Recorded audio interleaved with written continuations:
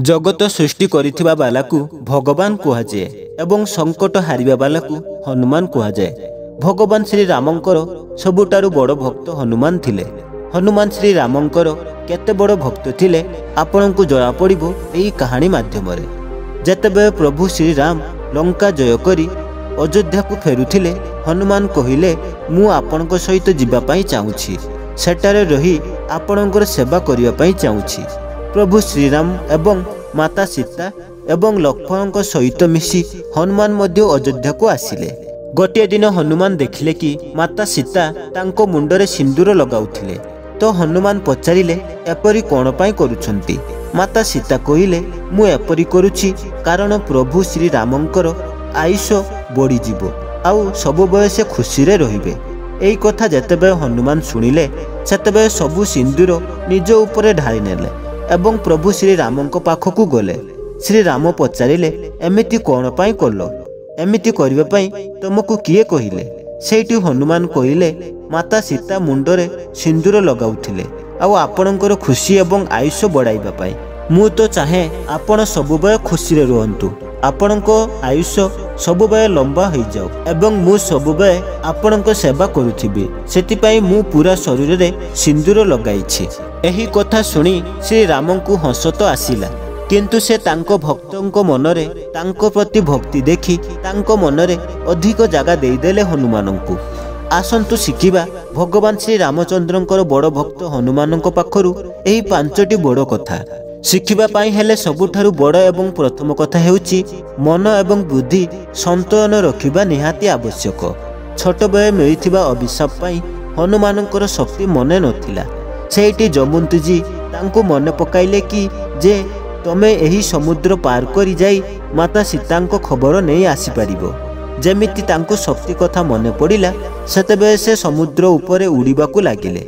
जेतेबे से उड़ी लंका को जाउथिले सेतेबे समुद्र को ताकू सुरसा नाम जड़े राक्षस देखा हेले, जार शरीर पहाड़ परी बड़ थिला।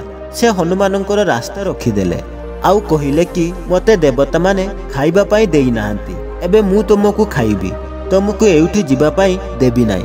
हनुमान कहिले मु तो माता सीतांको पाखकु जाउछि, मु आसिला बे तुम पाखकु आसीबी, सेतेबे मते खाई नेबो, किछि असुविधा नाई, किंतु प्रथमे मते जीवा पाई दियो।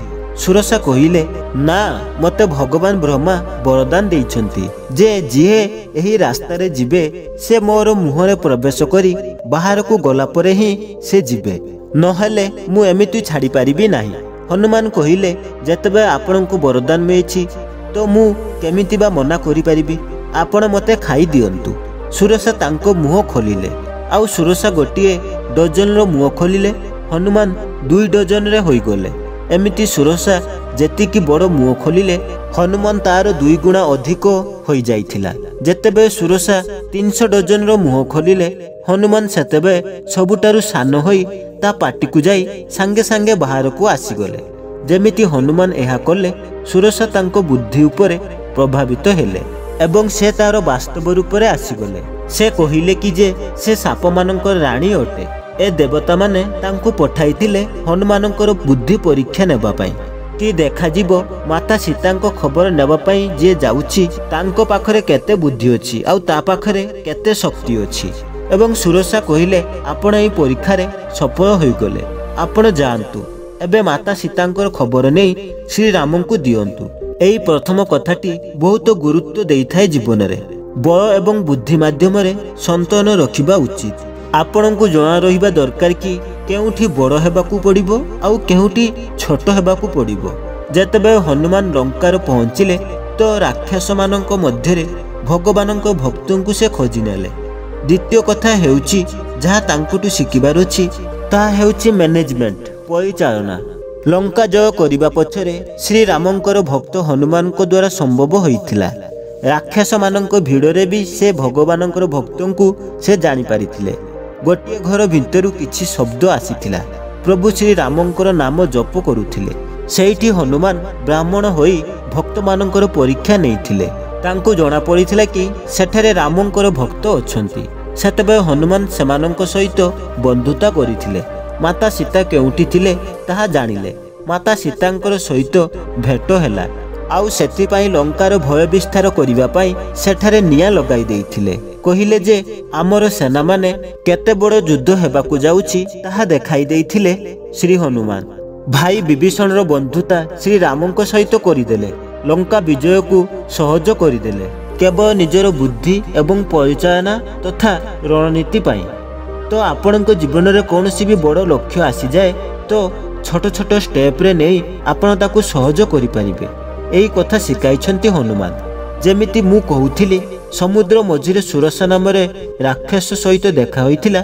सुरसा ता मुह बड़ करिथिले तो बड़ एवं एते मजबूत थिला किंतु केबे गर्व करि नथिले। माता सीतांको खबर नहीं जेतबे हनुमान फेरिले प्रभु श्री रामंको खबर सुनाइले। सेठारे मंत्री माने समस्ते हनुमानर गुणगान करिले आ हनुमान को कहिले जे आपण तो भल काम करी आसीछन्ति, लंकारे निया लगाई देई आसीछन्ति। आपण तो लंका भितरे भय विस्तार करिदेले एवं कहिबाकू लागिले प्रभुंकर काम हनुमान सब किछि करिदेले। हनुमान कहिले ना मु तो किछि करि नाही। प्रभु श्रीराम कहिले हनुमान तो मना करूछि। मंत्री माने आउ अन्य प्रजा माने मध्य कहिले ना प्रभु ए सब किछि हनुमान ही करिछन्ति। हनुमान पुणी कहिले ना मु किछि करि नाही। जेतेबे हनुमान ए सब किछि काम करि नाही मना करुथिले सेतेबे श्री राम कहिले एइटा कोन मु करिछि। हनुमान कहिले हां प्रभु एहा आपण करिछन्ति, आपणकर आशीर्वाद रु ही ए सब कथा संभव होई पारिछि। मु तो केवल निमित्त मात्र थिली। तृतीय कथा हेउछि जीवन रे केबे गर्व बा अहंकार आसीबाकू देबे नाही। विनम्र होई रहिबे कारण विनम्रता महान लोकमानंकर परिचय देइथाय। हनुमानंक पाखरे अहंकार नामक कौनसी जिनिस आसी नथिला। से सबुबे भक्त होई रहउथिले। जेतबे हनुमान को ता शक्ति कथा मन आसी जाइतिला ताकू जना पड़िला कि से केते बड़ शक्तिशाली। उड़ी करी लंकारे पहुंची गले एवं माता सीतांको पाखरे पहुंची गले।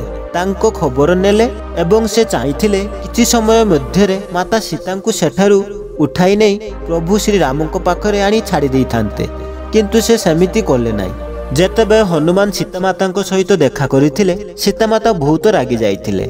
आउ सीतामाता कहिबा पय लागिथिले श्री रामन को राग आसु नाही, मु तो एइटी अछि, से तो सब किछि करि परिबे किंतु मते एठारु कोन पय नेउ नांती।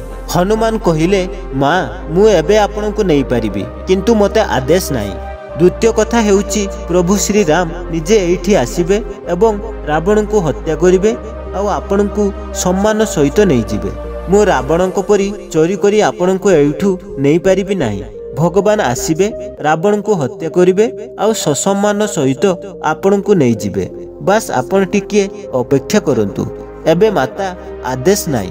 चतुर्थ कथा हेउछि भावना को नियंत्रण करिबा शिखंतु, भावना को कंट्रोल करिबा शिखंतु।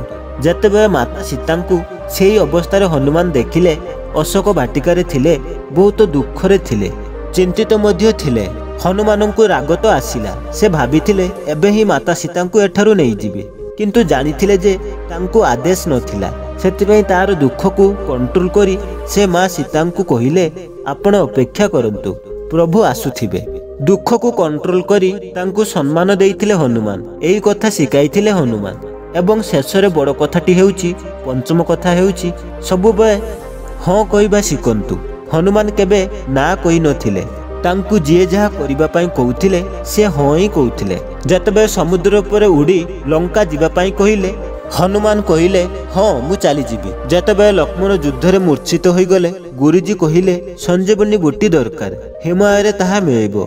जदि संजीवनी बूटी को राति आना जीवो सकाळ हेबा पूर्वरु आसी जीवो तेबे लक्ष्मणर जीवन बंची पारिबो। हनुमान को कहिले एहा करिदेबो। से मध्य कहिले हाँ मु करिदेबी, मना करले नाही। अन्य कई व्यक्ति थिले से निश्चित पचारि थांते कि से केमितिका गछ केउठी अछि केउठारे मिलि पारिबो, किंतु हनुमान से सब किछि कथा पचारिले नाही।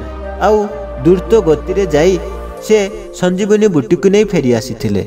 जेतेबे से पहुंची गले हिमालय पर्वत रे सेतेबे तांकु किछि जणा नथिले कि संजीवनी बूटी गछ केउटा। से तो पूरा पर्वत उठाई नहीं आसीथिले। तांकर गोटिए चिंताधारा थिला कि लक्ष्मणकर प्राण केमिति बंचाई पारिबो। प्रभुଙ୍କ आखिरे जो लुह आसीछि तांकु आउ दुखित करि हेबो नाही।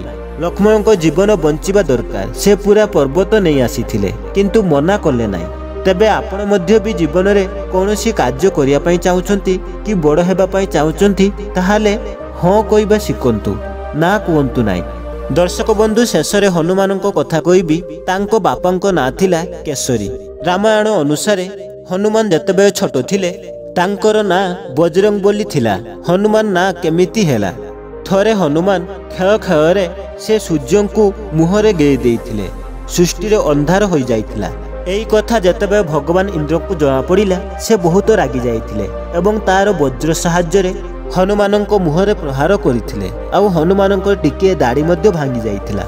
आउ दाढ़ी को संस्कृत रे हनु कहंती। सेबेठारु तांको नाम हनुमान रचागला। शेष रे बास गोटे प्रार्थना करिबी आम समस्तंको उपरे हनुमानंको आशीर्वाद थाउ एवं समस्तंको भितरे तांको परि भक्ति करिबार शक्ति आसी जाऊ। दर्शक बंधु ए हनुमानंकर शिक्षाप्रद कहानी आपनको केमिति लागिला मते कमेंट साहाय्य रे जणाइबे। यदि कहानीटी आपनको भल लागिथिबो ताहाले कहानीटी को बहुत मात्रा शेयर करंतु। आ प्रथम थर पय मो चैनल रे विजिट करथिले चैनल टी को सब्सक्राइब करनियंतु। एमिति सुंदर सुंदर कहानी एई चैनल रे सुनिया पय पाइबे।